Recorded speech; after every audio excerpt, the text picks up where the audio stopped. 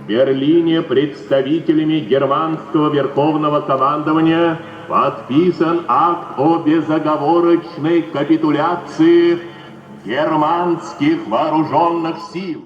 На 46 дней позже традиционной даты прошел Парад Победы во Владикавказе. Из-за пандемии коронавируса проведение торжественного мероприятия во многих городах России было под вопросом. Но президент сказал «надо», значит «надо». На площадь Свободы выносят Знамя Победы.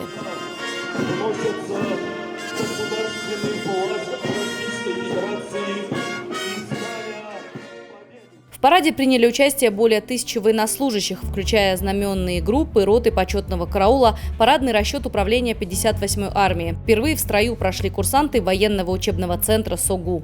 В этом году пришлось сдвинуть не только дату проведения Парада Победы. Торжественное мероприятие впервые в этом году проходит без зрителей. Площадь Свободы, кстати, заметно пуста. К сожалению, пришлось отменить и торжественное традиционное шествие ветеранов Великой Отечественной войны. В этом году на параде присутствует всего 3 фронтовика. Хизир Гулуев, Александр Пагаев, а также председатель Совета ветеранов Северной Осетии Султан Каболов за парадом наблюдали с трибуны.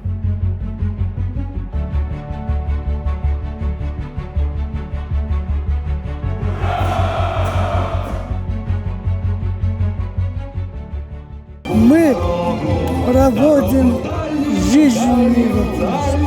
Это самое главное. И мы должны любить свою Родину. Наша Родина заслуживает всего хорошего. Наш народ. И я пожелаю им здоровья, чтобы вот таких, как сегодня, болезней тоже не было. В Параде Победы приняла участие и современная военная техника. Впервые гусеничные машины проехали по площади со специальными резиновыми защитными накладками. Благодаря этому удалось сохранить обновленную плитку на проспекте Мира.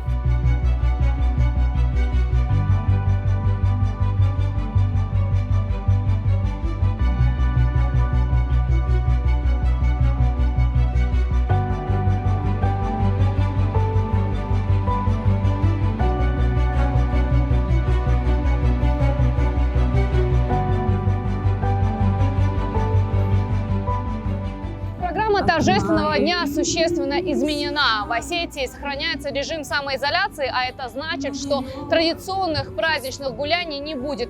В этом году не состоится и шествие бессмертного полка. Кстати, дата его проведения пока неизвестна.